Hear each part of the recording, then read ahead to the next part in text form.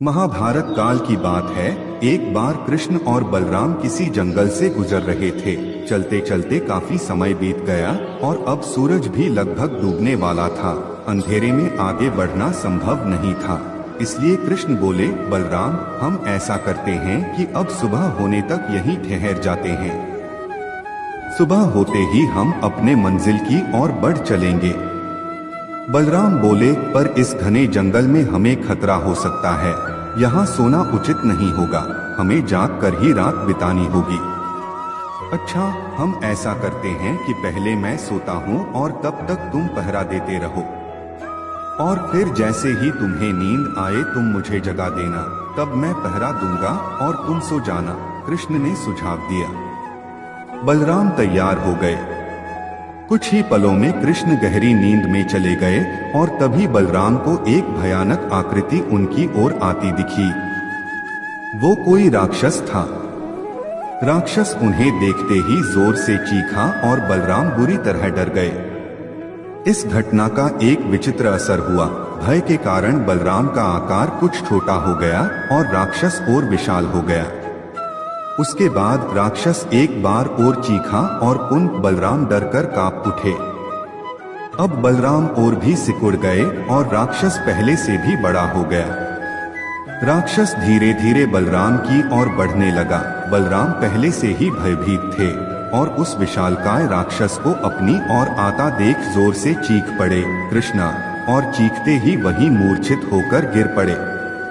बलराम की आवाज सुनकर कृष्ण उठे।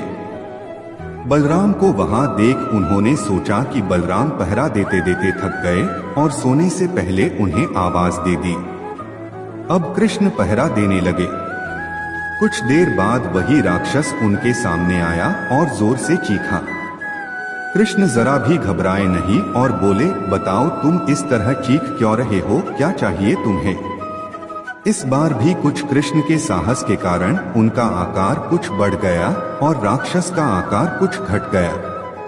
राक्षस को पहली बार कोई ऐसा मिला था जो उससे डर नहीं रहा था। घबराहट में वह पुनः कृष्ण पर जोर से चीखा। इस बार भी कृष्ण नहीं डरे और उनका आकार और भी बड़ा हो गया, जबकि राक्षस पहले से भी छोटा हो गया। एक आखिरी प्रयास में राक्षस पूरी ताकत से चीखा पर कृष्ण मुस्कुरा उठे और फिर से बोले, बताओ तो क्या चाहिए तुम्हें? फिर क्या था, राक्षस सिकुड़कर बिल्कुल छोटा हो गया और कृष्ण ने उसे हथेली में लेकर अपनी धोती में बांध लिया और फिर कमर में खोस कर रख लिया। कुछ ही देर में सुबह हो गई। कृष्ण ने बलराम को उठाया और आगे बढ़ने के लिए कहा। वे धीरे धीरे आगे बढ़ने लगे। तभी बलराम उत्तेजित होते हुए बोले, पता है कल रात में क्या हुआ था? एक भयानक राक्षस हमें मारने आया था। बलराम को बीच में ही टोकते हुए कृष्ण ने अपनी धोती में बंधा राक्षस निकाला और बलराम को दिखाते हुए बोले, कहीं तुम इसकी बात तो नहीं कर रहे हो?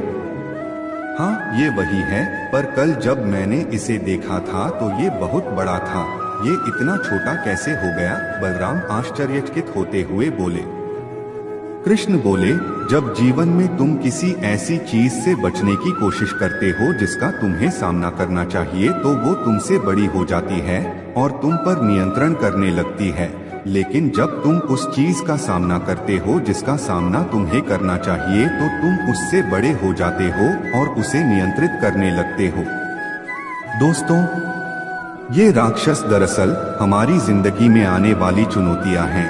अगर हम इस चुनौतियों को टालते हैं तो ये और बड़ी होती जाती हैं।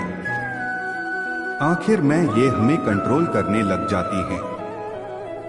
इसलिए हमें इनका साहसपूर्वक सामना करना चाहिए ताकि हम उन पर काबू पा सके। इस प्रकार चुनौतियों का डट के सामना करने से वो छोटी सी हो जाएगी, जिससे हम आसानी से उन पर नियंत्रण कर सकते हैं और सफल हो सकते हैं।